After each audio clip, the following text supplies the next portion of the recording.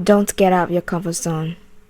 I know it goes against my last video and most of the self-help video, but just don't. Because this is what I learned recently and I really want to share with you guys, that is, not all the game gonna have the try it again button. It means that if you move one step wrong, you're gonna be able to kick out of the game and there's no chance to come back. You have heard a lot of story about people dare to step out of the comfort zone and then they get a success in their life.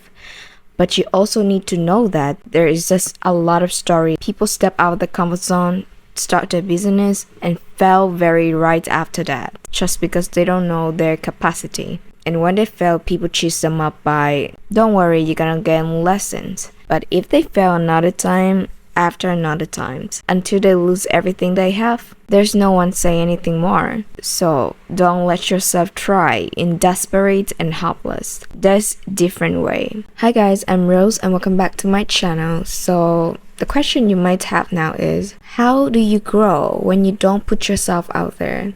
How do you know what you can do? What is your limit? What is the potential thing that you can achieve when you don't try, when you don't get out there, when you don't put yourself out there? So there's one thing is, you don't have to get out of your comfort zone to do all of that.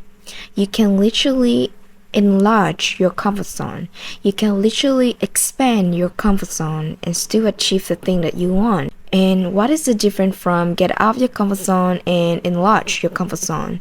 One thing is you jump yourself out there without preparing, without knowing, without researching what exists out there. Just because your ambition, just because your passion is calling you, and you might fail, but you don't know where you fell at, and you don't know where to stand up again. It is so different from expand your comfort zone. You also have the same goal, but you don't jump yourself out there suddenly, impulsively. You know what you can do, and then you can predict your capacity to achieve that goal, so that you can make a plan, you can prepare to deal with the obstacle you might face with. You might fail the same, but you know where to stand up, and you know what lesson you should collect. When you approach it slowly, it's gonna reduce the possibility that you lose everything you have. It's just like before you jump into the pool, you need to put your toe to test the water first to know that is it warm enough for you, or is it too cold for you to jump all the body into the water. So one easy example is, your goal is you want to speak in the public. You want to speak in front of 1,000 people. You cannot push yourself out there just because you want to get out of your comfort zone and force yourself to speak, to form the words to speak. It's only make yourself panic unless you are a talented speaker already. If that was me, I'm gonna suck. So instead, why don't you practice to speak with a smaller group of people first? Your group of friends. When you speak with them, you need to notice that, are they willing to listen to you? Are they understanding what you are saying? And tell them to give you a feedback. And then after that, when you feel normal, when you feel confident and you can express your ideas smoothly in front of them, go to bigger group. It might be scary, same, but at least you already know the feeling of speaking in front of 5 to 6 people before you start to speak in front of 100 people.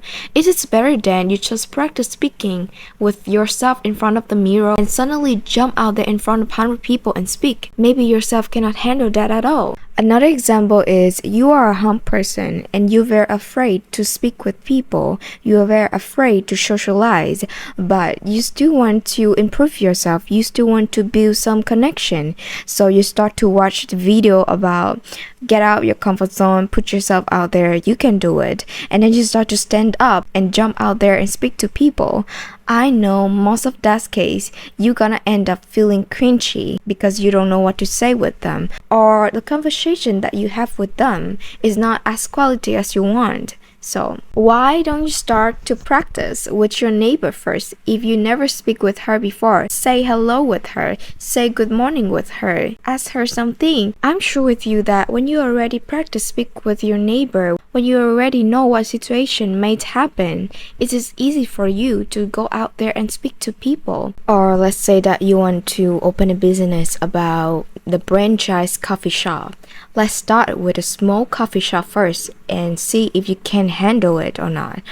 And before you start a small coffee shop, let's test your coffee that you make to a group of people, how they react to it. Is it different from a normal coffee shop out there on the market? Is your logo is attractive enough so that you can know and predict your capacity to go out there to market and ready to win them? Split your process into smaller steps. Don't underestimate small steps, because when you achieve little by little, step by step, the possibility that you can win that is higher. The feeling of winning something, the feeling of achieving small thing, all of that gonna give you the confidence to achieve bigger things, and your passion, your ambitions is being motivated by all of that achievement. When you can turn all of that small unconfident into your zone, into your comfort zone, you already successfully expand your comfort zone. And now you're ready for a bigger game. So yes, that is all what I want to share with you today. It's maybe short, but I feel like it's really needed for me to speak with you about this. And thank you for watching my video. I'm gonna see you guys in my next video. Bye bye.